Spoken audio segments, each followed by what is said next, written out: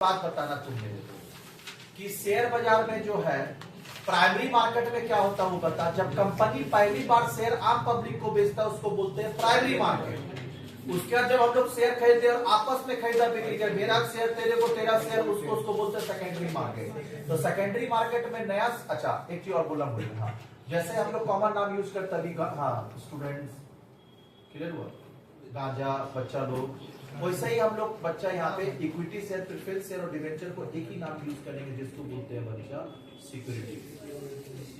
तो यहाँ सिक्योरिटीज करके पूरा लिखा होगा। सुन, तो अब तू मेरे को बता कि सेकेंडरी मार्केट में नया सिक्योरिटी खरीदता बिकता है कि पुराना? नया पढ़ा दिए थे ना? अच्छा प्राइमरी मार्केट नहीं पढ़ा था अभी, छोड़ के गए थे। चलिए आइए पढ़ेंगे प्राइमरी मार्केट। नहीं पढ़ा है हम लोग, वो कैसे पढ़ लिया? आपको पढ़ाया है। Primary market is also known as new issue market. बोला कर न्यू इशू मार्केट, अभी थोड़ा देर पहले बोले ना प्राइमरी में नया सिक्योरिटी बिकता है। This market consist of issue of new securities. देख वही जो बोले वही लिखा मिला, शेयर डिवेंचर सब मिला एकदम। पढ़ लिया? चल खत्म, नेक्स्ट पेज पे आ। Method of issuing securities in primary market. Primary market में शेयर कैसे बेचेगा? Public issue through prospectus. सुनना बच्चे, एक चीज हमेशा याद रखना, कंपनी जब शेयर बेचता है ना तो शेयर बेचने से पहले आम पब्लिक को प्रोस्पेक्टस इशू करता है। क्या होता है प्रोस्पेक्टस? प्रोस्पेक्टस एक डॉक्यूमेंट्स होता है जिसमें, अच्छा सुनना, प्रोस्पेक्टस अभी तुम लोग नहीं जान पाएगा कैसे हम समझाएं। पहले जैसे हम लोग कॉलेज में जाते थे फॉर्म लेने के लिए, अभी तुम लोग सब ऑनलाइन हो गया है ना। हम लोग का टाइम में बच्चा ऑनलाइन सिस्टम नहीं था, ऑफलाइन था। तो हम लोग जब 10 पास करते थे ना तो पहला काम होता था कॉलेज घूम के फॉर्म उठाना। तो म्युनिसिपल कॉलेज से फॉर्म उठाए, गवर्नमेंट कॉलेज से उठाए, इस्पात से उठा लिए, इवनिंग से उठा लिए, क्योंकि कहाँ एडमिशन होगा पता नहीं, सब जगह फॉर्म डाल दिए। समझ आ रहा? अब मान ले गवर्नमेंट कॉलेज से आ गया इंटीमेशन, तो गवर्नमेंट कॉलेज एडमिशन दे देंगे। हाँ कुरियर से आता था, कुरियर से नहीं आता था, स्पीड पोस्ट से आता था, मतलब पोस्ट ऑफिस से आता था। कुरियर जो कुरियर कंपनी वाला लोग है ना वो लोग से नहीं आता, फर्स्ट फ्लाइट ये सब लोग से। सो इधर देख, जब फॉर्म उठाने जाते थे ना तो हर कॉलेज वाला फॉर्म का नाम पे 200 रुपया लेता था, मतलब 1000 रुपया तो खाली फॉर्म में जाता था। और 200 रुपया में जो फॉर्म उठाते थे ना साथ में एक प्रोस्पेक्टस देता था। प्रोस्पेक्टस ये बताता था कि कॉलेज का कैंपस कैसा है, ऑडिटोरियम कहाँ पे है, क्लासरूम कहाँ पे है, क्या क्या है, और हाँ वो अपने बारे में कितना पास्ट रिकॉर्ड है, कैसा रिजल्ट हुआ है। क्लियर हुआ? तो ये टीचर का नाम, ये सब वहां पे लिखा रहता है, कौन प्रिंसिपल है, कौन एचओडी है, ये सब सारा डिस्क्रिप्शन जब कॉलेज के बारे में बताता है उसको बोलते हैं प्रोस्पेक्टस। तो यहाँ पे कंपनी में प्रोस्पेक्टस किसको बोलेंगे? जो कंपनी के बारे में बताएगा कि 5 साल से इतना डिविडेंड दिए हैं, ये सा है वैसा है, सारा डिटेल। तो ये हम लोग को ना शेयर इशू करने से पहले मार्केट पढ़ा ना शेयर चैप्टर, उसको इशू करने से पहले। अच्छा शेयर चैप्टर पहले क्यों नहीं पढ़ाए थे? क्योंकि शेयर कैपिटल नहीं पढ़ा था। शेयर कैपिटल लास्ट में ही होता है, पहले पढ़ा भी देंगे समझ में नहीं आएगा, ये शेयर कैपिटल के बाद ही आएगा। तो सुन, शेयर कैपिटल पढ़ा है वहां पे, जब शेयर हम लोग इशू करेंगे तो उससे पहले इशू करना पड़ता है प्रोस्पेक्टस। समझा ना? तो प्रोस्पेक्टस क्या बताता है? कंपनी के बारे में पास्ट रिकॉर्ड, हिस्ट्री बताता है। समझा ना? तो ये तुमको शेयर इशू करने से पहले आम पब्लिक को इशू करना पड़ता है ताकि कंपनी तेरे बारे में, शेयर होल्डर तेरे बारे में सब कुछ जाने। तो पहला पब्लिक इशू थ्रू प्रोस्पेक्टस। बताओ हम लोग शेयर इशू किए कैसे? Through prospectus. फिर ऑफर फॉर सेल, ऑफर दिए आम पब्लिक को, भैया खरीद दे। फिर प्राइवेट प्लेसमेंट। प्राइवेट प्लेसमेंट क्या होता है? ऑफर फॉर सेल सबके लिए होता है। आप एडवर्टीजमेंट किए, जिसको शेयर खरीदना है खरीद ले, किसी को मना नहीं है। लेकिन प्राइवेट प्लेसमेंट हम खाली बोले रे निर्माण शेयर बेच लेगा क्या, एसएसटी हम खाली तो ये को बोल रहे और किसी को फोन नहीं किए, इसको क्या बोलते हैं? Private placement. क्या बोलेंगे? Private placement. फिर right issue for existing company. So right issue क्या होता है रे? जब हम मार्केट में शेयर लाएंगे ना, जैसे होता है ना, जैसे मेरा जमीन बेच रहे हैं, ठीक है, पहला हमको किसको बेचना चाहिए? अपना भाई को। देखता है ना, पहले हम लोग अपना रिश्तेदार को बेचते हैं, जब रिश्तेदार नहीं देता है तब हम लोग आम पब्लिक को बेच देते हैं। उसी तरह ना राइट इशू का मतलब होता है कि अगर हम लोग पहले शेयर इशू करें तो पहला हक किसको देना चाहिए? जो मेरा ऑलरेडी एग्जिस्टिंग शेयर होल्डर, उसको खरीदने का मौका दे, तो उसको हम लोग बोलते हैं राइट शेयर। और एक होता है बोनस शेयर। बोनस मतलब जो एग्जिस्टिंग शेयर होल्डर है उसको फ्री में बोनस शेयर देंगे। मतलब तेरे को पहले 10 शेयर दिए थे, अब जिसके पास 10 शेयर है उसका 10 शेयर के बदले 1 शेयर देंगे, और 100 शेयर के बदले 10 शेयर 1:10 में रेशियो में देंगे, 1 for every 10 हेड। इसको बोलते हैं बोनस शेयर। बोनस शेयर के लिए पैसा नहीं लेंगे, फ्री में देंगे, लेकिन राइट शेयर के लिए पैसा लेंगे। तो ये सब शेयर इशू करने का तरीका है। पहला क्या था? Issue through prospectus, offer for sale, private placement, right issue. अब एक बोनस इशू नहीं दिया है, उसके बाद दिया EIPO। EIPO क्या होता है? IPO मतलब होता है इनिशियल पब्लिक ऑफर। क्लियर हुआ? हाँ, जब नया शेयर इशू होता है ना उसको बोलते हैं IPO। और जब पहली बार कंपनी शेयर लाता है IPO, और दूसरी बार लाएगा तो FPO, फर्दर पब्लिक ऑफर। पक्का? IPO, EPO मतलब EIPO है रे। खत्म। चल अब सेकेंडरी मार्केट। सेकेंडरी मार्केट में हम लोग पुराना ही सिक्योरिटी को खरीदते बेचते हैं, कोई नया सिक्योरिटी नहीं आता। पर secondary market also known as stock market रिपर। हाँ, ये स्टॉक मार्केट होता है एज द मार्केट वेयर बोलाकर एग्जिस्टिंग सिक्योरिटीज आर ट्रेडेड। खत्म। Role of secondary market. Secondary market deals with the security already floated, जो ऑलरेडी तेरा फ्लोट हो रहा है। It provide ready market. फिर it help investor in converting long term investment. कोई दिक्कत? The investor are provided alternative avenue for investment. खुद से पढ़ ले तो easy easy. It help in transfer of ownership. अपना शेयर तेरे को बेच दिया, ओनरशिप ट्रांसफर हो गया। आइए, स्टॉक एक्सचेंज क्या होता है पहले सुन। जैसे अभी तुम मेरे को इतना बताना कि अभी तेरे को कपड़ा दुकान है, कपड़ा तेरे को बेचना है, कैसे बेच सकता है? एक तो दुकान खोल ले, डेली मार्केट में बेच, इसको बोलते हैं ऑफलाइन। ऑफलाइन कपड़ा बेच रहा, ओवर द काउंटर। हाँ, ऑफलाइन मतलब ओवर द काउंटर, काउंटर पे बेच रहा। और दूसरा तरीका है तुम ऑनलाइन बेच। ऑनलाइन कैसे बेचेगा? वेबसाइट, फ्लिपकार्ट, मिंत्रा पे तुम अपने आप को रजिस्टर्ड करवा और ऑनलाइन बेच। समझ में आ रहा? उसी तरीके से तुम जान, अगर तेरे को हाँ कंपनी वाला शेयर दो तरीके से बेचता है, एक तो ओवर द काउंटर और एक होता है exchange traded. Over the counter का मतलब हो गया उस कंपनी का शेयर लेने के लिए तुमको उसका ऑफिस जाना होगा, और दूसरा घर बैठे बैठे कंप्यूटर टर्मिनल और मोबाइल में तुम शेयर खरीदेगा। इसको बोलते हैं एक्सचेंज ट्रेडेड। तो एक बात बताना, जब तेरे को ऑनलाइन कपड़ा बेचना है तो तुम कहां रजिस्टर्ड किया? फ्लिपकार्ट, मिंत्रा में जब तक तुम रजिस्टर नहीं करेगा बेच पाएगा क्या? उसी तरह तुमको अगर ऑनलाइन शेयर बेचना है तो अपने आप को रजिस्टर करना होगा। कहां पे? स्टॉक एक्सचेंज में। NSE, BSE, national stock exchange, Bombay stock exchange, दो होता है। सुना होगा कि जो national stock exchange, Bombay stock exchange, जो अभी निफ्टी और सेंसेक्स जो गिरा, सुना होगा 1000 अंक नीचे गिरा, 500 अंक नीचे गिरा। ये सेंसेक्स निफ्टी है क्या?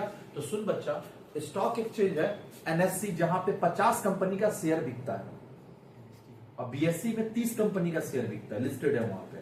30 कंपनी का ऑनलाइन शेयर कहां पे बिकता है? BSE में। तुमको और शेयर खरीदना है तुमको BSE से खरीद सकता है या NSE से खरीद सकता है। जैसे कपड़ा खरीदना तो या तो फ्लिपकार्ट से खरीद ले या तो मिंत्रा से खरीद ले, या मेसो से खरीद ले। मीसो से, मीसो है ना कि मेसो है? मीसो, हाँ वही मीसो से। तो उसी तरह बच्चा, अगर तुमको शेयर खरीदना तो NSE से खरीद ले या BSE से खरीद ले। क्लियर है? अभी NSE BSE में जो जो जिसको जिसको तुम, जैसे मेरा एसएस का शेयर को बेचना है तो मैं NSE BSE कहीं भी लिस्ट करा देंगे। अच्छा, जैसे तुम सुना होगा कुछ कुछ प्रोडक्ट है जो तेरे को फ्लिपकार्ट पे मिलेगा, मिंत्रा पे नहीं मिलेगा, कुछ मिंत्रा पे मिलेगा, फ्लिपकार्ट पे नहीं मिलेगा, और कुछ ऐसा होगा दोनों में मिल जाता है। कुछ ब्रांड ऐसा होता है कि नहीं होता है? तो अब मेरा ऊपर ना भाई, हमको खाली NSE में नहीं बेचवाना है तो मैं NSE में लिस्ट कराएंगे, हमको BSE में बिकवाना है तो BSE में लिस्ट कराएंगे, हमको दोनों में बिकवाना है दोनों में लिस्ट करा दे, दोनों में शेयर बिकेगा। तो ये हम लोग जाने एक स्टॉक एक्सचेंज जिसके थ्रू हम ऑनलाइन शेयर बेचते हैं। पक्का? आप शेयर बेचते हैं स्टॉक एक्सचेंज के थ्रू, स्टॉक एक्सचेंज के थ्रू शेयर बेचे। पक्का? तो स्टॉक एक्सचेंज एक तरह का एक मीडियम हो गया जो बायर और सेलर को मिलाया। बायर मतलब इन्वेस्टर और सेलर मतलब कंपनी, जो कंपनी और इन्वेस्टर को क्या करवाया? एक प्लेटफॉर्म पे लेके आया। पक्का? समझ में आ रहा? थ्रू कंप्यूटर टर्मिनल तुम शेयर खरीदा, तो तुम कंपनी बेच रहा। पक्का? कंपनी बेच रहा, रिलायंस कंपनी, तुम कर रहा कंपनी, और तुम क्या हो गया? Investor, share holder. लेकिन ये ऑनलाइन खरीदाने का घर पे कौन किया? Stock exchange. ये तीन बंदा समझ में आया? स्टॉक एक्सचेंज जिसके थ्रू हम लोग शेयर खरीदते बेचते हैं। पक्का? और इन्वेस्टर और शेयर होल्डर तो पता ही है, और कंपनी पता ही है। अब इसमें ना बच्चा एक और चीज को हम ला रहे हैं जिसका तुम नाम सुना होगा, सेंसेक्स और निफ्टी। सुना है? सुना है ना? नहीं, सेंसेक्स और निफ्टी। हाँ, सेंसेक्स और निफ्टी क्या है? जैसे अभी तुम जाना एनएससी और BSc, national stock exchange, Bombay stock exchange, national stock exchange, Bombay stock exchange. ये तो स्टॉक एक्सचेंज है जहां पे ऑनलाइन शेयर खरीदते बेचते हैं हम लोग, जैसे फ्लिपकार्ट और मिंत्रा, जस्ट लाइक वही है वो। तो दूसरा तुम मेरे को इतना बता कि सेंसेक्स और निफ्टी क्या है। तो सेंसेक्स और निफ्टी और कुछ नहीं है बच्चा, एक बैरोमीटर है। जैसे थर्मामीटर होता है ना बुखार नापने का यंत्र, उसी तरह सेंसेक्स और निफ्टी एक बैरोमीटर है जो क्या करता है, स्टॉक एक्सचेंज का बुखार को मापता है। सेंसेक्स है किसके लिए? बीएससी का।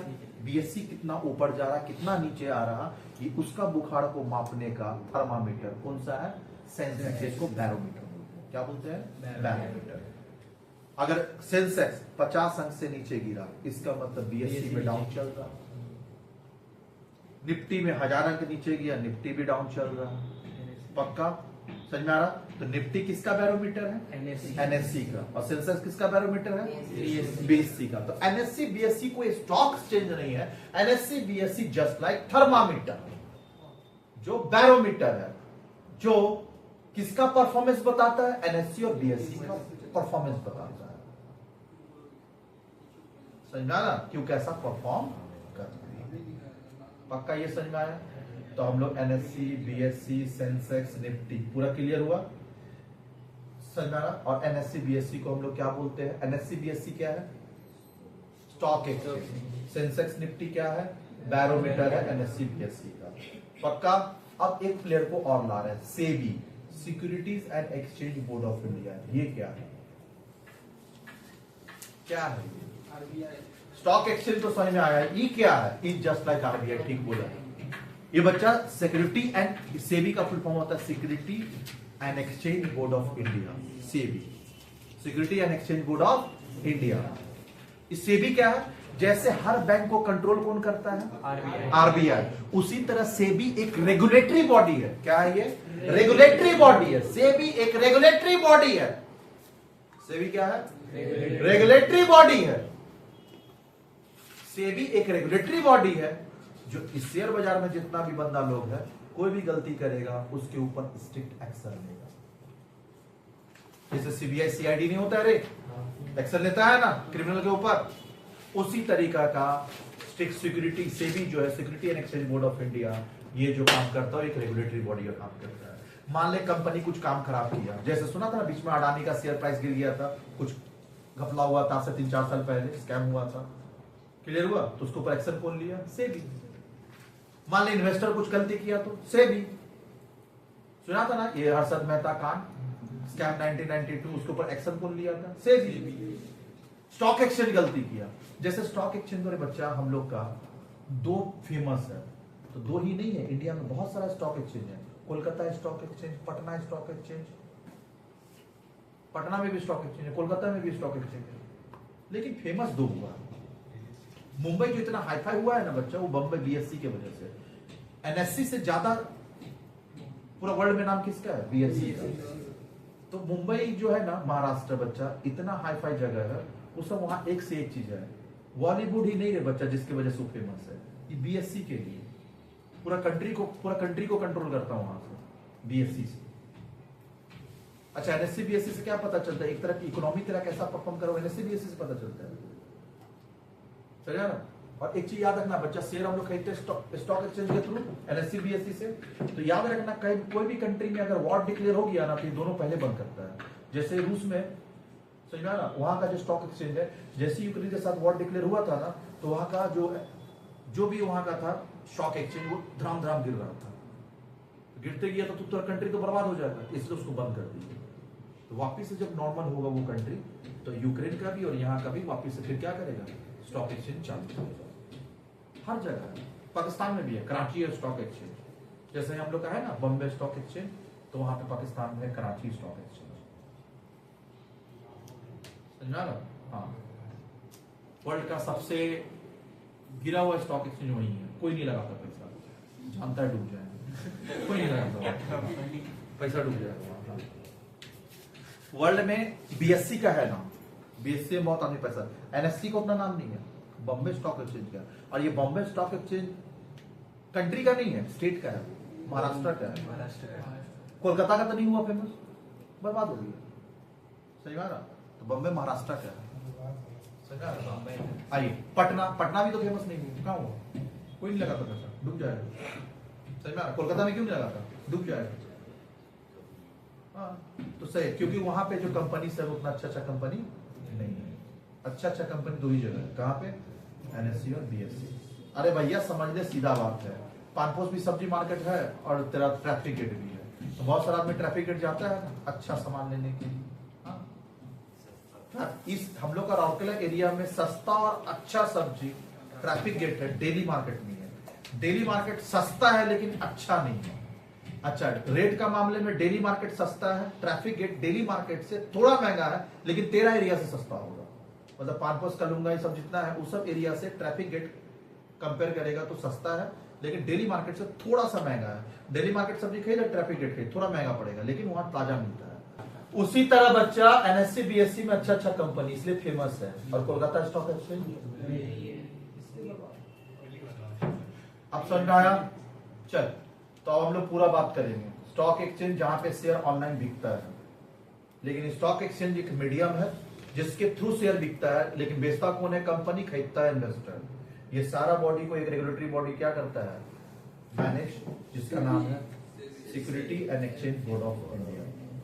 तो तू कोई बच्चा मेरे को ये बताएगा, फिर ग्रो ऐप सुना है ना? ग्रो, फिर एक क्या करे? Angel, Zerodha, angel one, Upstox, अच्छा अपस्टॉक,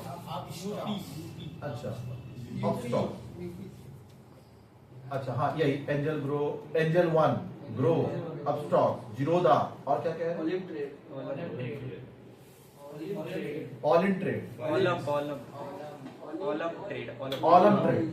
हाँ अच्छा जो है इतना बता दिया ना, मेरे भी नॉलेज बड़ा थोड़ा कि इतना सारा ऐप है। ये क्या है? दलाल है।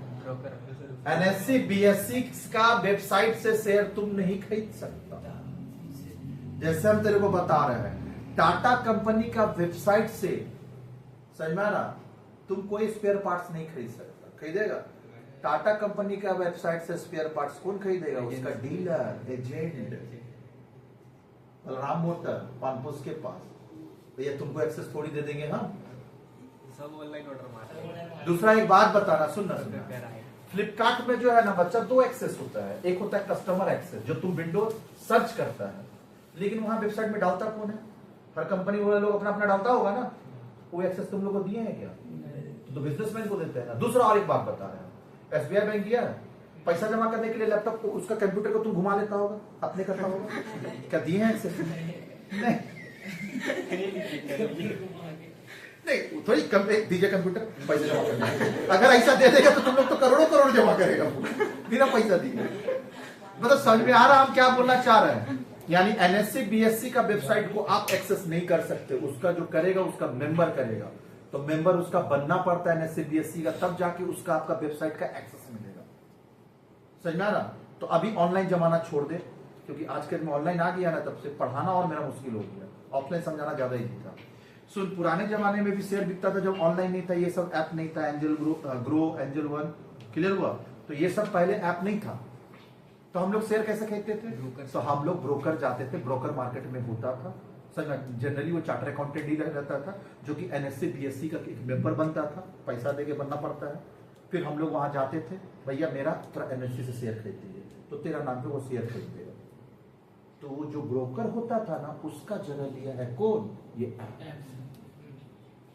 ऐप खोल दिया, मेंबर बन गया वो। यानी ग्रो और एंजल वन ये सब मेंबर है, ब्रोकर है, किसका? एनएससी और बीएससी। चलिए, क्या ये समझ में आया?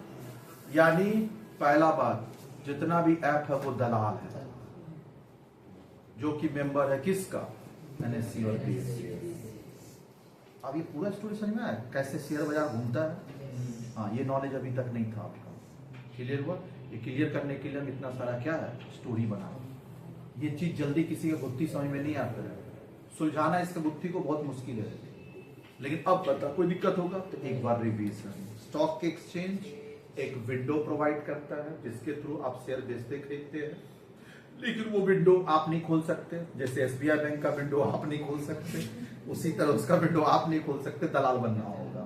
तो एंजल ग्रो ये सब दलाल है, इसको साइड कर, ये तो प्लेयर में गिनती ही नहीं आता। मेन प्लेयर कौन है इसका? स्टॉक एक्सचेंज, कंपनी, हम लोग investor, SEBI regulatory body. Clear हुआ? बाकी दलाल जो पहले हुआ करता था वो है अभी एक्ट के फॉर्म में। ठीक है, अब ऑफिस नहीं जाना पड़ता ना, पहले ऑफिस जाके खरीदवाना पड़ता था। चलिए, क्या इतना चीज समझ आया? कैसा लगा? मजा आया? प्रैक्टिकली भी जानना जरूरी है, क्योंकि बच्चा आज के डेट में दुनिया बहुत तरक्की कर रहा है और हर आदमी जो है शेयर वगैरह खरीदता उठता है, बेचता उठता है। इस सब के बारे में नॉलेज होना चाहिए, मार्केट के बारे में। सुन इधर देख कि मार्केट कैसे वर्क करता है, कौन कौन रेगुलेटरी बॉडी है, कैसे आपका काम होता है, ये सब जानना चाहिए। और उसके बाद बच्चा और एक चीज जानना है कि स्टॉक एक्सचेंज जो है ना बच्चा, वो तेरा पेमेंट को सेटल करता है। हाँ, तुम मान ले प्राइमरी मार्केट में कंपनी शेयर डायरेक्ट तुमको बेचा, लेकिन उसके बाद तुम उसको बेचोगे, उसका बेचेगा। तो एक बात बताना, तेरा शेयर जो, अच्छा और एक चीज बता रहे बच्चा, एक और चीज बताना भूल गए कि तुम जो शेयर खरीदता है, ठीक है, पहले वो शेयर आता था तेरा घर पे कुरियर, समझ में आ रहा? पूरा गिनती करते थे फिजिकल फॉर्मेट, अब तो फिजिकल फॉर्मेट आता नहीं। क्लियर हुआ? अब तो तेरा डिजिटल फॉर्मेट हो गया। डिजिटल फॉर्मेट जैसे हम तेरे को बता रहे हैं, किसी के पास 10-20 रुपया है तो दे दो, पैसा निकाल, पहले हम निकालते। अच्छा छोड़, हम ही निकाल दे, नहीं हो गया मेरे पास जितना 50 रुपया। इसको हमको डिजिटली कन्वर्ट करना, कैसे करें? बैंक में जाके, ये फिजिकल है तो शेयर भी पहले इसे फिजिकली आता था, और इसको मेरे को डिजिटल कन्वर्ट करना है तो क्या करेंगे? बैंक में जाएंगे और इसको जमा कर देंगे, और वो कहाँ आ जाएगा और कहाँ चेक करेंगे? फोन पे ऐप से। यहां से मैं चेक कर लूंगा। क्या ये पूरा बात समझ में आया? पक्का? ये डिजिटली, हाँ वहां दिखाएंगे कितना है डिजिटली कन्वर्ट करने के लिए। लेकिन सुनना, मेरा अम्मा के पास 1 लाख रुपया पड़ा हुआ है, उसका डिजिटल कन्वर्ट करना है, कैसे करेगा? मेरा मम्मा का बैंक अकाउंट ही नहीं है, नहीं है ही नहीं, बैंक अकाउंट है ही नहीं, खुलवाना भी नहीं, करके बता। नहीं होगा। इसका मतलब सीधा सिंपल ज्ञान है कि डिजिटल कन्वर्ट कराने के तो एक अकाउंट खुलना होगा। उसी तरह जहां पे पैसा रहता है, जिस ऑनलाइन सिस्टम के थ्रू, उसको बैंक अकाउंट बोलते हैं। उसी तरह जहां पे शेयर रहेगा डिजिटल, उसको बोलते हैं डीमैट अकाउंट। क्या बोलेंगे? Demat account. पक्का? तो डीमैट अकाउंट खोलना। खैर पहले तो हम लोग बैंक जाके डीमैट अकाउंट खुलवाते थे। आजकल क्या है ना बच्चा, जो ऐप से आप करते हैं ना सब कुछ, उसी से ऑनलाइन खुल जाता है आपका डीमैट अकाउंट, आपको पता नहीं चलता है। पहले नहीं खुलता था डीमैट अकाउंट, नहीं, पहले डीमैट अकाउंट जाके बैंक में खोलना पड़ता था। आज तो ऐप में तुम लॉगिन करता है, सारा डिटेल मांगता है, पैन नंबर ये देता है, तो डीमैट अकाउंट ऑटोमेटिक खुल जाता है। पहले खुलना पड़ता है, पहले हाँ, ऐप खुलता है, तब ऐप खुलता है। यानी पहला जो इन्फॉर्मेशन मांगता हूँ डीमैट अकाउंट की, तो डीमैट अकाउंट आजकल तो डिजिटली खुल जा रहा है। पहले हम लोग को जाकर बैंक में खोलना पड़ता था, 3-4 दिन दौड़ते थे, तब जाकर डीमैट अकाउंट खुलता था। समझ में आ रहा? जहां पे शेयर आपका आएगा, क्योंकि आप तो शेयर घर पे नहीं आता है ना, अकाउंट में आता है। समझ में आ रहा? हाँ, इधर देख। हाँ सुन बच्चे, इधर देख। जैसे पहले पुराने जमाने में बच्चा, गवर्नमेंट अगर मान ले 1-1 हजार रुपया देना है आम पब्लिक को, जैसा अभी नहीं किसानों को जो मिलता है 6,000 रुपया, 12,000 रुपया साल का मिलता है ना, तो अभी तो अकाउंट में आ जाता है। पहले वो अकाउंट में नहीं आता था, पहले भेजते थे। समझ में आ रहा? तो नेता लोग का हाथ में जाता था, नेता लोग बांटता था, आइए आपका पैसा, तो पूरा नहीं देता। 12,000, 6,000 मेरा पॉकेट में क्या चलता था। इस सबको हटाने के लिए तो ऑनलाइन हुआ है ना। अभी सब कुछ हम लोग ऑनलाइन कर दिए, मतलब अब पैसा डायरेक्टली किसी भी आदमी को हाथ में नहीं आता है, जो बेनिफिशियरी डायरेक्ट उसके अकाउंट में जाता है। पहले ऐसा नहीं था, पहले ब्लॉक में पैसा आता था, नेताजी के पास आता था, वो लोग फिर पब्लिक को देते थे। तो सुनता था ना, एक पुराने जमाने में कहावत था कि एक कोई ऐसे करके समझाया था कि एक बर्फ का गोला लाके दे दिया किस युवराज का हाथ में, तो 10 मिनट बाद कितना बचेगा? इतना छोटा सा। तो ये स्टोरी समझाया था कि ऊपर सेंट्रल से पैसा इतना आता है, लेकिन पब्लिक को कितना मिलता है? इतना। इस तो अब इतना ही तेरे पास पहुंचे, इसके लिए हम लोग क्या करवा दिए? तुम लोग का अकाउंट। हम लोग जो तेरा मोदी जी जो अकाउंट खुलवाए थे, ये वाला सुना था? अरे जनधन योजना, रीजन वही था कि अगर मेरे को आम पब्लिक तक पैसा पहुंचाना होगा तो हम डायरेक्टली अकाउंट में डाल के पहुंचा देंगे, बीच का जो पैसा खाने वाला सिस्टम है उसको बंद करें। तो इस सब में भी आपने कुछ बोला था। ऐसा नहीं कि मोदी जी पूरी खराब है, काम भी बहुत अच्छा किए हैं, ऐसा नहीं है। हाँ देख रहे बच्चा, अब हर इंसान में थोड़ा बहुत तो खराबी होता है, लेकिन कुछ अच्छा भी होता है, अच्छा भी ढूंढना पड़ता है। तो ये सब काम उनका अच्छा था कि आम पब्लिक तक क्या है, जितना बेनिफिट है आपको पहुंच जाए, बीच में कोई मिडिल मैन खा ना जाए। तो ये सब सिस्टम थोड़ा सा अच्छा हुआ जनरल यूज में। पहले तो हिंदुस्तान में अकाउंट भी नहीं था आदमी का, डीमैट अकाउंट दूर का बात है। चलिए, क्या ये पूरा समझ में आया डीमैट अकाउंट वाला सिस्टम, जो अभी आपका ऐप से तुरंत खुल जाता है, समझा ना? अब यहाँ समझ, ये जो डीमैट अकाउंट हुआ, अब सुन, मेरा शेयर इधर देख, मेरा शेयर हम युवराज को बेच दिए, अब ये शेयर तो बेच दिए, अब ये सेटलमेंट कैसे होगा? तो सेटलमेंट क्या होगा, हाँ, अपना शेयर, तो मेरा डीमैट अकाउंट से शेयर निकलेगा, टून किसका डीमैट अकाउंट में जाएगा? युवराज। तो शेयर तो चले गया वहां, दूसरा पैसा देगा, तो इसका बैंक अकाउंट से पैसा निकलेगा टून, मेरा बैंक अकाउंट में आएगा टून। समझ में आ रहा? हाँ, समझ में आया रे? तो ये जो सेटलमेंट हुआ ना ट्रांजेक्शन का, ये कौन करता है? Stock exchange. कितना दिन लेता है? T+2 मैक्सिमम है, मतलब जिस दिन तुम ट्रांजेक्शन किया 2 दिन 48 घंटा लेगा। अभी ट्रांजेक्शन हुआ है ना, तो यहाँ से 48 घंटा आपका अकाउंट में पैसा आ जाएगा, उसका अकाउंट में शेयर चल जाएगा, ये मैक्सिमम होता है। ऐसे तो भैया अभी कुछ दिन पहले हम देखे, सर अभी 24 घंटे, अभी तो हम देखे कुछ दिन पहले हम किए हैं, गोल्ड खरीदे थे, मतलब बेचे और तुरंत मेरे अकाउंट में पैसा एंटर। सर अभी हार्डली लगा होगा 1-2 मिनट लगा होगा, तुरंत आ जाता है। लेकिन वो T+2 जो है ना, वो मैक्सिमम टाइम है आपका, उससे ज्यादा नहीं ले सकता। जैसे होने का तो 1 मिनट में हो जाता है। चलिए, लेकिन रखा कितना किया रे? T+2। चलिए आइए, ये सेटलमेंट का काम कौन करता है? ए बच्चा रे, कौन करता है? Stock exchange.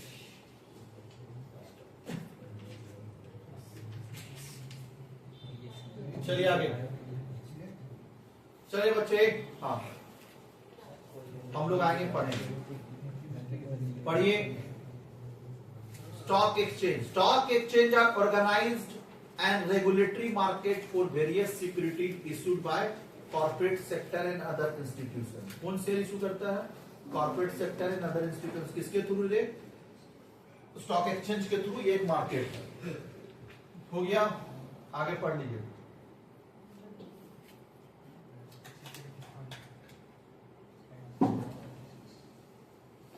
Stock exchange, security exchange are marketplace where securities that have been listed, ये देखा लिखा है ना, security exchange are marketplace where securities that have been listed thereon may be bought and sold for either investment or speculation। खत्म, बीच वाला नहीं पढ़ना, काट दे, पूरा ही तेरा नहीं है, सीधा हाँ characteristics of stock exchange। It is a place where securities are purchased and sold। पढ़ा दिया ना, शेयर खरीदते बेचते किसके थ्रू है? Stock exchange. Stock exchange in association of person whether incorporated और नॉट। द ट्रेडिंग और exchange is strictly regulated and rules and regulation prescribed by various transaction with the genuine investor and speculator buy and sell share. Security of corporation, trust, government, municipal corporation etc are allowed to deal in stock exchange. सबका share वहां पे बिकता है। खत्म। Function of stock exchange क्या है? Provide liquidity to securities. अरे बच्चे, लिक्विडिटी प्रोवाइड करना। अभी थोड़ा देर पहले नुमान बोला, भैया क्या बेचा था? यूएसडीटी बेचा और कितना मिनट में पैसा आ गया तेरे अकाउंट में? 2-3 मिनट में आ गया। क्या लिक्विडिटी प्रोवाइड किया? हाँ। लेकिन वही तुम सोनार का दुकान से गोल्ड ला के रखता और उसको बेचने जाता, क्या तुरंत बेच पाता? तुरंत लिक्विडिटी प्रोवाइड नहीं कर पाता। इसलिए ऑनलाइन देखता है, लिक्विडिटी तुरंत प्रोवाइड किया। लिक्विडिटी का मतलब है कैश में वो उसको कन्वर्ट तुरंत कर दिया। तो जो पहले तेरे पास शेयर था उसको कैश में क्या कर दिया? फिर provide continuous market for securities. Continuous market रे बच्चा, हाँ, पूरा कभी भी तुम खरीद बेच सकता है। क्लियर हुआ? मार्केट का एक टाइम रहता है जो स्टॉक एक्सचेंज खुला रहता है, कितना? 3:30 से लेके सुबह 9 से 3 तक, नहीं 9:30 से 3:30 तक। 9:30 में खुलता है और 3:30 में बंद होता है। ये भी कहीं ना कहीं तेरा लिखा होगा। लिखा है कहाँ लिखा है? ये कहीं ना कहीं देखे। चल आना, continuous market. The stock exchange provide a ready market for security for securities. Once listed, continue to be traded. Continue to be बोला कर ले, खत्म। Evolution of securities. Securities का evolution कैसे हुआ रे? An investor can evaluate the worth of their holding from the parties quoted different exchange for those securities. The securities are quoted under the free atmosphere of demand and supply. Bracket लगाने यहाँ से आता है। The securities are quoted under the free atmosphere of demand and supply. Price कैसे decide होता है? Demand and supply से। Mobilizing of surplus। Mobilising और सरप्लस मतलब है जो तेरे पास पैसा था कहां पहुंच गया? कंपनी के पास। क्या पैसा मोबिलाइज हुआ? आगे help in raising the new capital, किसको कैपिटल रेज करने में हेल्प किया? कंपनी को। सेफ्टी इन डीलिंग, क्या तेरा पैसा डूबा? नहीं, सेफ्टी प्रोवाइड किया। फिर लिस्टिंग ऑफ सिक्योरिटी। पुराने जमाने में जब ऑनलाइन नहीं था ना तो बहुत दिक्कत होता था। कंपनी को शेयर तुम भेजता बेचने के लिए, फिर कंपनी क्या उसको रखता, फिर तुमको पैसा भेजता, वो चेक भेजता था, तो बेचने में 1 आध महीना लग जाता था, तुरंत नहीं बिकता था। सर दर्द था, इसलिए आदमी शेयर में पैसा नहीं लगाता था। खरीदने का खरीद लेगा, बेचने टाइम में जैसे LIC होता है ना, LIC में इन्वेस्टमेंट करने का कर देगा, लेकिन साला जब पैसा मैच्योरिटी आएगा ना जल्दी देता ही नहीं, 1 आध साल लगा देता है। होता है कि नहीं होता? तो वही चीज। प्लेटफॉर्म फॉर पब्लिक डेप्ट के लिए क्या है? प्लेटफॉर्म है। Clearing house for business information, एक तरह का ये क्या है? क्लियरिंग हाउस था ना, तेरा पैसा उसका अकाउंट, उसका शेयर तेरा अकाउंट, वही। The company listed security with the exchange have to provide financial statement, annual report and other report to ensure maximum publicity. आगे फैसिलिटेट स्पेकुलेशन। स्पेकुलेशन क्या होता है? कम में खरीदना, ज्यादा में बेचने को हम लोग बोलते हैं स्पेकुलेशन। जैसे था ना, आदमी लोग सोच के था कि गोल्ड क्या है बढ़ेगा और सब खरीद लिया।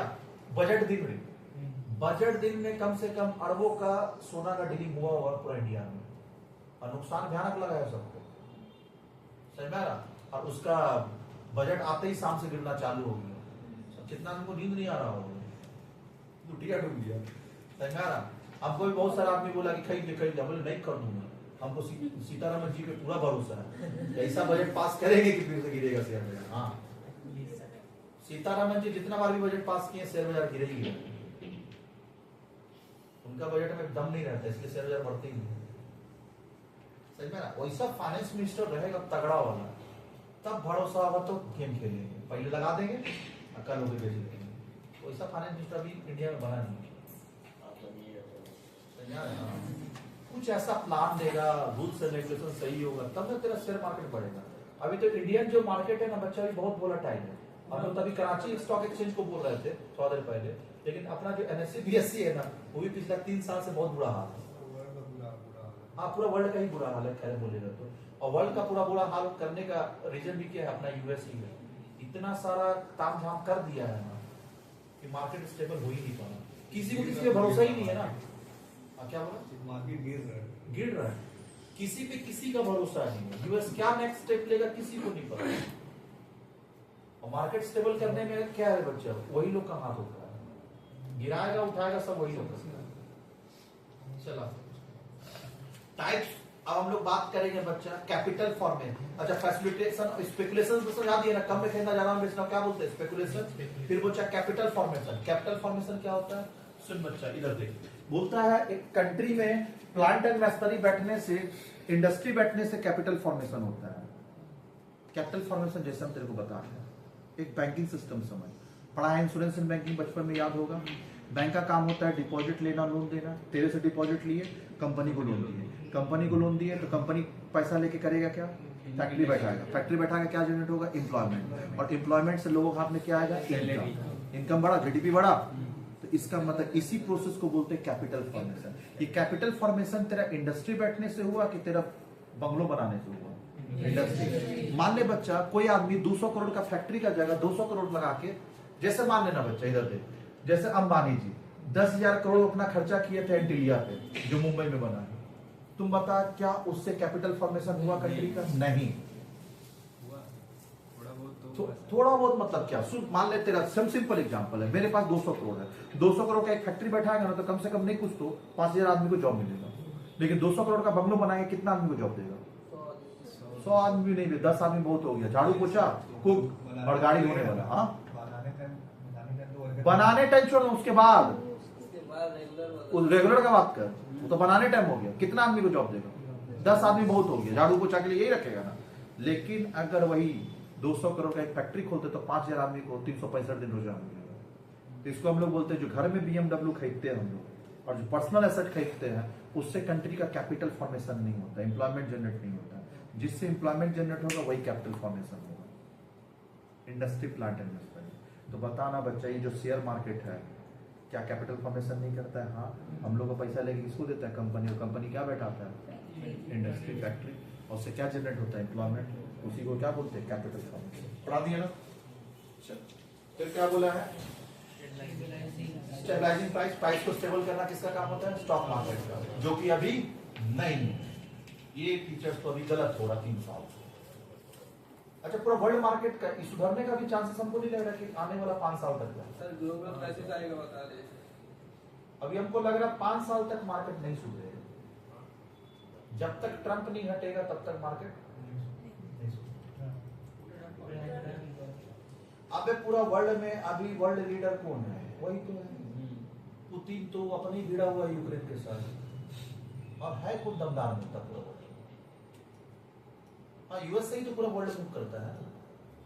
वही तो उल्टा पुल्टा खाना करने पर लगा हुआ है। तो कहाँ कभी उसको उठा लेगा, कभी उसको उठा लेगा। वो तो अपना हर जगह बीज बैठा दिया है। हाँ, यूरोप में कहा, अफगानिस्तान में सब जगह पर बीज बैठा है। ये पुराने जमाने में हम लोग का मंगल पांडे नहीं होता था, गांव आदमी लोग को उठा के लिया था, सुना है कि सुना है? लड़ा देगा पता ना, चावल पहुंचा देना, नहीं तो उठा के ले जाएंगे। मंगल पांडे आप चला। Types of operator as a stock exchange, broker, जो दूसरे के लिए शेयर खरीदेगा उसको क्या बोलते हैं? ब्रोकर। और जो खुद के लिए करेगा, जॉबर। जॉबर क्या? सुन रहे बच्चा, एक जान पहचान में रिश्तेदारी लगेंगे, वो कुछ नहीं करते हैं। जब मार्केट 9:30 बजे खुलता है ना, तो एक रूम बना के रखे हैं, बस क्या करेंगे ना, 9:30 बजे रूम में घुसेंगे, लैपटॉप ऑन करेंगे, सर, सुबह से शाम तक ट्रेडिंग करेंगे। 9:55 9:55 दिया है या 9:55 से 3:30। हाँ, वही होगा जो भी है, 9:55 से 3:30। चल याद रहेगा। हाँ, आगे याद है। हाँ, अब एक बात बता, वो शेयर किसके लिए खरीदते हो? एनएससी बीएससी का मेंबर है, लेकिन वो शेयर किसी और के लिए नहीं खरीदते। किसके लिए खरीदते? अपने। जब अपने लिए तुम शेयर खरीदेगा एनएससी बीएससी का मेंबर बन के, तुमको हम क्या बोलेंगे? जॉबर। और जब किसी और के लिए खरीदेगा तो broker. Broker are the member of stock, पहला बोला कर member of the stock exchange. Broker होने के लिए तुमको मेंबर बनना है। दूसरा बोला कर who buy and sell the securities on behalf of outsider. खत्म। अब नीचे पर जॉबर, ईबी मेंबर है।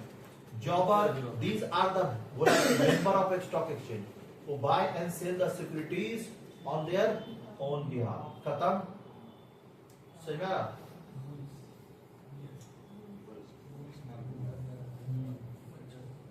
चले बुल्स। सुना, शेयर बाजार में 2 चलता है, एक बुलिश एक बियरिश। बुलिश का मतलब तुमको लग रहा है कि शेयर प्राइस बढ़ने वाला है। जैसे बजट आने से पहले सब क्या था? बुलिश था, इसलिए तो लगा दिया सोना में पैसा। और हम क्या थे? बियरिश। हमको नहीं लग रहा था बढ़ेगा, हम बियरिश में थे, सब बुलिश था। हमको लग रहा था घटेगा, बुलिश, हाँ बियरिश में थे। और वही जगह में मेरा भाई किस में था? बुलिश में था। लगाया मेरा ट्रैक्टर, डूबा पैसा। बताएंगे कितना लगाया है, क्लास बताए बंद करना। सुन, हाँ नहीं बंद मत। इसका मतलब क्या जाना? बुलिश और बियरिश, बुलिश और बियरिश। हम मेरा भाई बुलिश में था, हम बियरिश में था। सियाना कौन था? चला भैया, हम मार्केट भाप लेते पहले ही गिरेगा कि बढ़ेगा। समझ में आ रहा? अभी वर्ल्ड इकोनॉमी पूरा पछड़ा हुआ है, इंडिया मार्केट 3 साल से गिरा हुआ है। समझ में आ रहा? और बजट सीतारमन जी पे पूरा भरोसा था कि बहुत अच्छा बजट पास करेंगे। ये सब सारा सिनेरियो मिलाने का बाद हम जजमेंट कॉल दिए कि बढ़ेगा नहीं घटेगा। समझ में आ रहा? फैक्टर देखना पड़ता है बच्चा। ये इसको बोलते बच्चा, सुने, सब कर रहा था टेक्निकल स्टडी और हम कर रहे थे फंडामेंटल स्टडी। 2 होता है। टेक्निकल स्टडी जो होता है उसमें हम लोग ग्राफ देखते हैं। अच्छा, थोड़ा देर पहले बोल रहा था नुमान भैया ग्राफ बनाइए, बनाते हैं।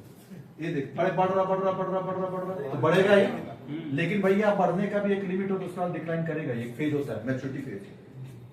सोना का जो था ना बच्चों, वो 180 की किसके आसपास चले गया था? हाँ, 180। हम समझ के भैया ये मैच्योरिटी फेज में पहुंच चुका है और बढ़ने वाला नहीं।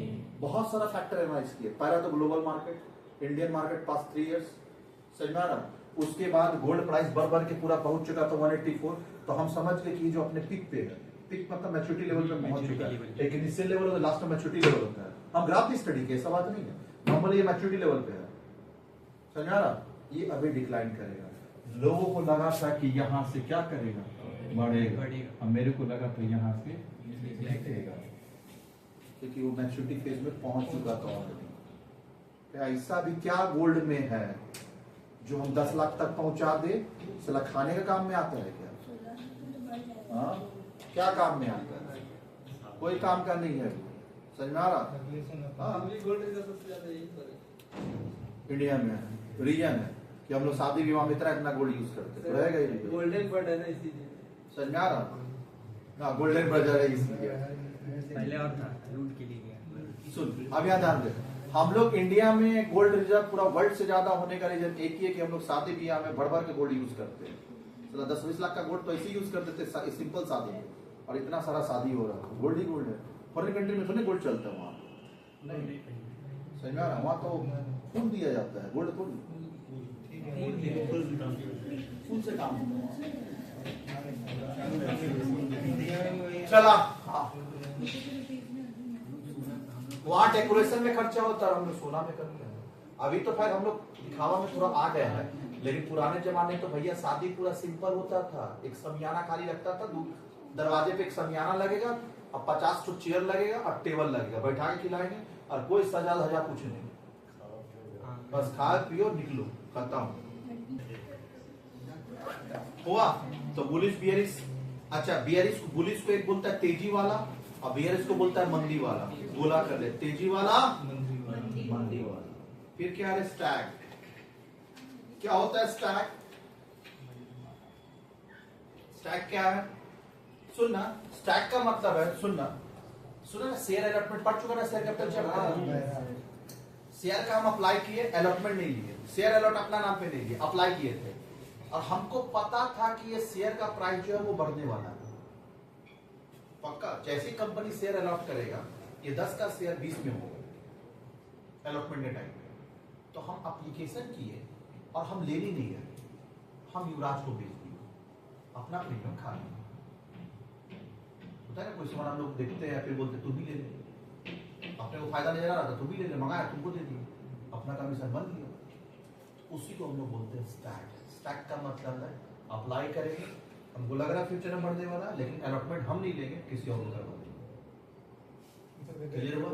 तो उसको हम लोग क्या बोलते हैं? Stack.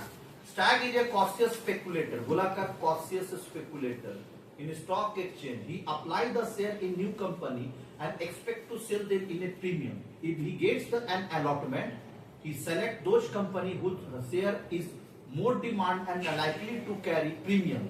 He sell the share, बोला का E bracket E main point है, he sell the share before being called up to pay the allotment money. मतलब सामने वाला अलॉटमेंट के लिए तुमको बुलाएगा, तुम अलॉटमेंट नहीं लेके तुम किसी और को बेच देगा, यानी एक्चुअली में तुम शेयर नहीं लिए। इसको बुलिश और बियरिश नहीं बोलते हैं, क्लियर है? इसको स्टैक बोलते हैं। चल आगे पढ़। He does not, ये बच्चे, he stack does not indulge in purchase and sale of share. इस purchase और share में involve नहीं होता है। It does not involve in purchase and sale of share. Indulge का मतलब involve लिख ले, समझे? Involve,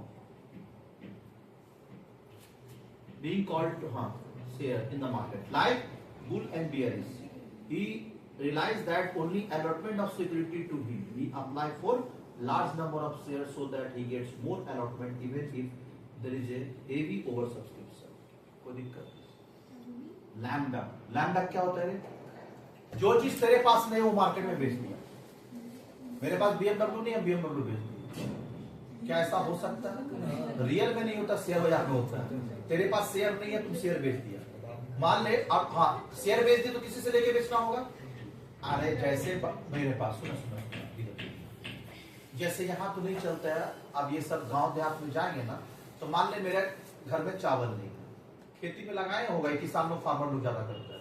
मेरा खेती में चावल होने में अभी टाइम है, नवंबर दिसंबर महीना में निकलेगा, और मेरा भी बेटी का शादी है, चावल चाहिए, तो मार्केट से खरीद के नहीं लाता है, ये भी बिहार से बोल देते हैं।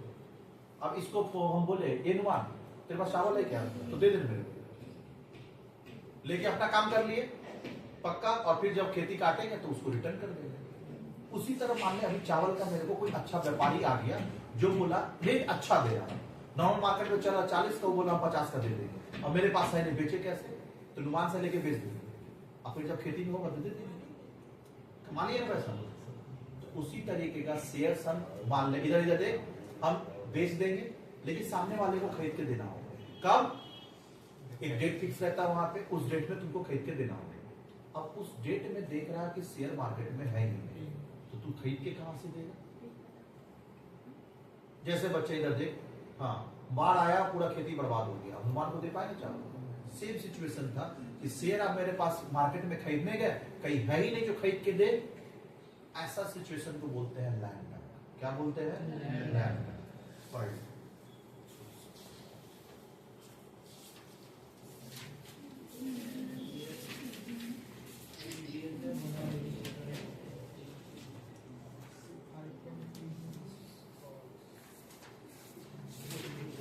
पढ़ लिया? अब आइए आगे। ट्रेडिंग प्रोसीजर बोला कर, ट्रेडिंग का प्रोसेस क्या है? पहला सेलेक्टिंग है ब्रोकर, पहले ब्रोकर ढूंढ, जैसे अभी कैसे ग्रो, एंजल वन, क्लियर है? उसी तरह एक ब्रोकर खोज और ब्रोकर के पास जाके अपना PAN number, Aadhaar number, date of birth दे, वो तेरा क्या करेगा? रजिस्ट्रेशन कराएगा। फिर ओपनिंग डीमैट अकाउंट, ये पुराना समझ रहे, अभी वाला मत समझ, पुराना वाला समझ, क्लियर हो? फिर ओपनिंग डीमैट अकाउंट, फिर प्लेसिंग एन ऑर्डर, ऑर्डर देंगे, फिर matching the order, order match होगा, फिर ऑर्डर को एग्जीक्यूट करेंगे, इशू द कॉन्ट्रैक्ट नोट। ये कॉन्ट्रैक्ट नोट कौन देगा? ब्रोकर देता है 24 घंटा के अंदर में। डिलीवरी ऑफ शेयर, शेयर मिल जाएगा, और उसके बाद है बच्चा सेटलमेंट होगा। अच्छा पहले T+2 था ना, तो T+1 हो चुका है। T+1 का 9-15 से 3-30, शायद अभी तो 9-55 हो गया तुमसे। 9-15 9-15 से 3-30। T+1 करे, T+2 को हटा के पुराना बुक में।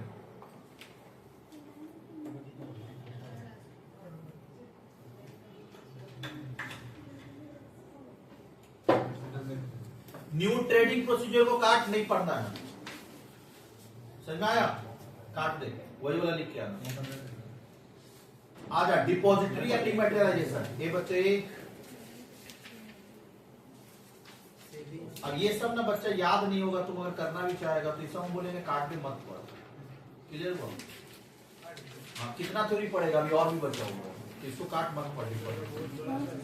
डिमैटेरियलाइजेशन, डिपॉजिटरी एंड डिमैटेरियलाइजेशन काट, और सीधा पे पैराग्राफ नंबर आज जहां हम बोल रहे हैं 5.7 में आज security and exchange board of India आया रे।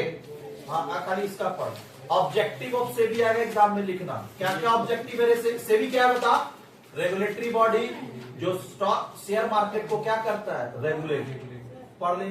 SEBI setup in 1988 to regulate the function of securities market, बोला कर regulate the function of securities market with a view to promote the orderly and healthy development। कोई दिक्कत?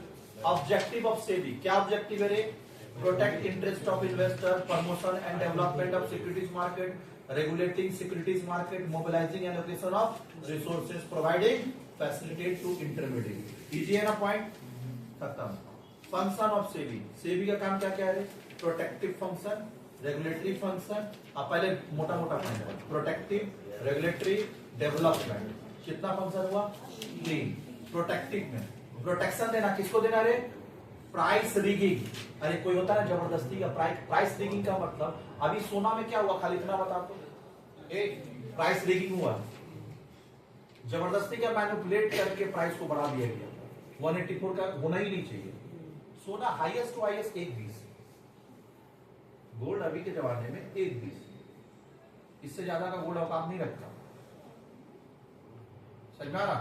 और genuine पूछेगा ना तो 80 होना चाहिए। सही अगर गोल्ड का प्राइस बोलना है तो 80 से ज्यादा नहीं होना चाहिए, और 80 से ऊपर हुआ मतलब ये मैनिपुलेशन चला है। जैसे एक बात बताना, अभी तुम देखा होगा राउरकेला में जब से स्मार्ट सिटी डिक्लेयर हुआ है, जमीन का रेट बहुत हाई हुआ है। वेदव्यास साला 15 लाख रुपया हो गया। क्या वेदव्यास 15 लाख होना चाहिए? वेदव्यास का रेट हार्डली अगर हम बोलेंगे ना तो 10 से ऊपर नहीं होना चाहिए। नहीं 5 नहीं 8 पकड़। ऐसे तो ऐसे बोलेगा ना, गवर्नमेंट का रेट 5 लाख चल रहा है तो गवर्नमेंट 5 है तो तुम 8 पकड़, 8 बोलेगा तो ठीक चल रहा जेन्युइन। लेकिन भैया अभी तुम लोग जो 15 करवा दिए, सब कराया कौन है? दलाल लोग। एक हाइप क्रिएट कर दिया और बढ़ा दिया जमीन का रेट, तो क्या ये जेन्युइन है? अभी नहीं है, ये सब जबरदस्ती बढ़ाया गया रेट। और ये सब कोई कौन बढ़ाया बोल? तू जमीन खरीद के रख लेता है या फिर फ्यूचर में बेचेंगे वो। अभी मान ले बच्चा यहाँ से 5000 ट्रक प्याज को हम अंदर करवा देंगे गोदाम में, तो नहीं लग रहा रेट बढ़ जाएगा मार्केट में? तो सेम चीज हुआ है। गोल्ड में क्या हुआ, प्राइस लीकिंग। तो ये सबको रोक, लेकिन गोल्ड में तो रोक नहीं सकता ना, कोई अथॉरिटी नहीं है, कौन रोकेगा इसको, रोक पाएगा क्या? इस पे रोकना गवर्नमेंट का बस का बात, कोई कंट्री नहीं रोक पाएगा। तो प्राइस लीकिंग मतलब जबरदस्ती का प्राइस बढ़ाना। देख, price leaking is serious practice which harms the interest of investor. Price leaking is, बोला कर, ब्रैकेट यहां से लगा, price leaking is the artificial inflation of price and attracting more and more investor. जबरदस्ती का प्राइस को क्या कर देना, बढ़ा देना। कंट्रोल ऑन इनसाइडर ट्रेडिंग क्या होता है रे? जब अनपब्लिश प्राइस सेंसिटिव इंफॉर्मेशन को मार्केट में लीक आउट कर देंगे। जैसे सुन, ध्यान से सुना, जो बात बता रहे हैं, ये सुना था कि जब ये टेस्ला वाला स्पेस टूरिज्म अनाउंस किया था तो शेयर प्राइस बढ़ गया था। हाँ, कोई नया प्रोजेक्ट आने वाला होता तो शेयर प्राइस बढ़ जाएगा। तो टेस्ला वाला नया प्रोजेक्ट अनाउंस करने से पहले ये बोर्ड मीटिंग तो हुआ होगा कंपनी में डिसाइड हुआ और सब बैठा हुआ, तो उसमें नुमान भी था, मैनेजिंग डायरेक्टर। इसको इंफॉर्मेशन पता चल गया और जो एलोन मस्क था वो बोला कि ठीक है, हम लोग आने जो अगला महीना 1 तारीख को ये पब्लिकली अनाउंस कर देंगे। उससे पहले नुमान क्या किया, हमने सारा रिश्तेदार को फोन कर दिया, सुन टेस्ला का शेयर ले ले, टेस्ला का शेयर ले ले, दाम बढ़ जाएगा अगला महीना, क्योंकि जैसे ही स्पेस टूरिज्म अनाउंस होगा शेयर प्राइस बढ़ेगा। तो अभी तो सस्ता होगा ना मार्केट में, तो अभी तुम इंफॉर्मेशन को लीक करके सारा टेस्ला को क्या करवा दिया, शेयर भेजवा दिया, और 1 मार्च के बाद जब अनाउंस होगा तो बढ़ जाएगा। तो उससे तुम क्या करेगा, साढ़े 7 बेच के निकल लेगा, कमा लेगा। तो क्या ये प्राइस सेंसिटिव इंफॉर्मेशन था, हाँ, जिससे प्राइस इन्फ्लुएंस हुआ, और इसको तुम क्या कर दिया, लीक। इसी अंदर का बात को लीक कर देना, इसी को बोलते हैं इनसाइडर ट्रेडिंग। पैसा कमा दिया ना, क्लियर हुआ। तो अनपब्लिश प्राइस सेंसिटिव इंफॉर्मेशन को जब हम लोग मार्केट में लीक कर देते हैं, उसी को बोलते हैं insider trading. When a person or association with company and know about the गोलाकर, know about the गोला यहाँ से, know about the sensitive information about its performance or decision, and then try to get out its buy, indulging in buying or selling the share for the benefits, it's called insider trading. Bracket लगा दे। Example जो दिए ना director वाला नीचे दिया है, safeguard of investor. अच्छा रे सुनना, अगर ऐसा काम किया है अनुमान और ये बात पता चल गया किसको, सेबी को, उठा के जेल में डालने को निकलने नहीं देंगे, समझा रहा, एकदम निकलने वही पूरा हो जाएगा, सारा स्मार्टनेस वही खत्म, समझा रहा, एकदम नहीं कर रहे इनसाइडर ट्रेडिंग। ये क्या है बच्चा, क्रिमिनल ऑफेंस, जेल में उठा के डालते डायरेक्टर। चलिए, सेफगार्ड ऑफ इन्वेस्टर, नुमान है, हनुमान नहीं। चल आगे, enforcing code of conduct, code of conduct apply करना ताकि कोई भी कोई गलत काम ना करे। चल, रेगुलेटरी फंक्शन क्या कह रहे, monitoring stock exchange, regulatory intermediate, जो दलाल लोगों को क्या करना है, इंटरमीडिएट मिडिल मैन को क्या करना है, देखना है। फिर रेगुलेटरी म्यूचुअल फंड को रेगुलेट करना, इन्वेस्टिगेटिंग टर्नओवर बिड्स, फिर एजुकेटिंग प्रोसीडिंग। ये बच्चे अब एक ही बार पढ़ा रहे तो रीड कर लेना। फिर डेवलपमेंट फंक्शन में रजिस्ट्रेशन करवाना, फ्लोरलेस ट्रेडिंग। फ्लोरलेस ट्रेडिंग मतलब ये, पहले सुनना बच्चा, पहले ना जो एनएससी बीएससी है ना, वो ऑनलाइन शेयर नहीं बिकता। एनएससी बीएससी का पहले एक क्या था, दलाल स्ट्रीट मुंबई में था, बीएससी नहीं था। बीएससी पे जगह पे ना वो दलाल स्ट्रीट था, आदमी लोग ऑफलाइन शेयर बेचता था, हर दलाल लोग अपना अपना घंटा टांग के था। जैसे सब्जी मार्केट देखता है ना, चौधरा बनाया जाता, वैसे ही मेरे पास रिलायंस का 1000 शेयर है, कौन कौन लेगा, बोली लगा, बोली स्टार्ट होगा 100 रुपया से, ये बोला भैया 110, वो बोला 120, क्लियर हुआ, 110, 120 बढ़ाते चला, 150, 150 1, 150 2, 190, 200, ऐसी बढ़ाते चलेंगे। हाँ, उसके बाद जब प्राइस नहीं बढ़ेगा तो ठीक, 1 2 3 डन। समझ में आ रहा? तो ये कौन सा था पहले, ट्रेडिंग, फ्लोर पे ट्रेडिंग किया जाता, अब है फ्लोरलेस ट्रेडिंग। फ्लोरलेस ट्रेडिंग ये देना किसका काम है, सेबी का। फिर मॉनिटरिंग इश्यूज, प्रमोशनल रिसर्च, कोई दिक्कत, ये सब इजी पढ़ लीजिए घर पे। इंपोर्टेंस ऑफ सेबी, सेबी क्या इंपोर्टेंट है, regulatory capital market, protecting investor, ये पढ़ के आए थे ना तो। फिर अप्रोच क्या है बच्चा, court cuts on behalf of investor, फिर prohibiting fraudulent unfair trade practice, ये सब इनसाइडर ट्रेडिंग पढ़ा दिए हैं। फिर चेक प्राइस रीडिंग, कोई दिक्कत, हाँ वही सब थ्योरी पर जो आपने याद कर पाएगा, ये सब तुम आराम से याद कर लेगा इजीली। अब बीच का क्या रहता है बच्चा, जहां पॉइंट नहीं होता ना याद करना दिक्कत होता है। ये चैप्टर ओवर।